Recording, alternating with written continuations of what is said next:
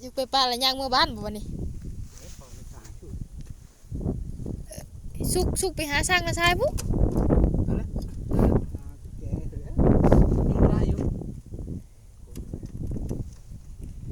ไอ้นี่เรามาค่ะ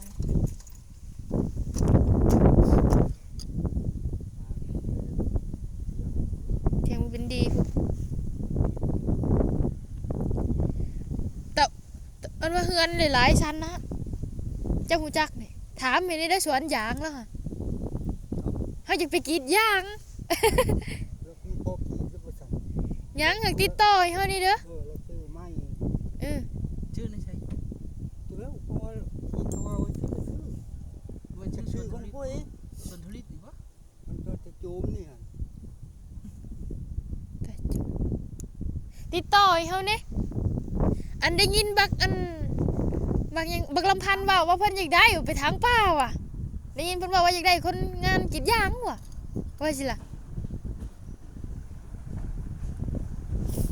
โอ้หยับเขาเด้อ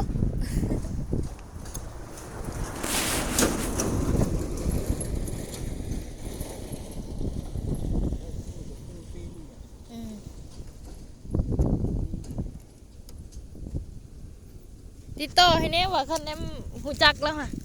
ถามให้เขาแน่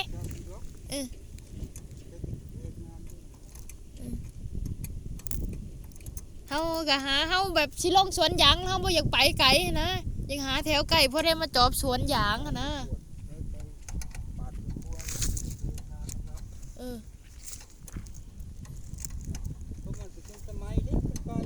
กินยางฮะอันนี้ยินนั่นล่ะ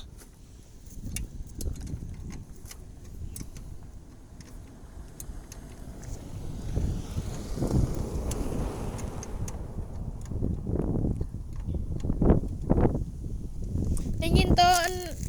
บักลำพันธ์แล้วว่าเพิ่นอยากได้คนอันเห็นแล้วมีสวนยางอยู่อ่ะจักว่าหนีเว้ยเนาะจักว่าสวนทลิตหนีเนาะปิ้นมึงนี่กว่าตีนปิ้นอยู่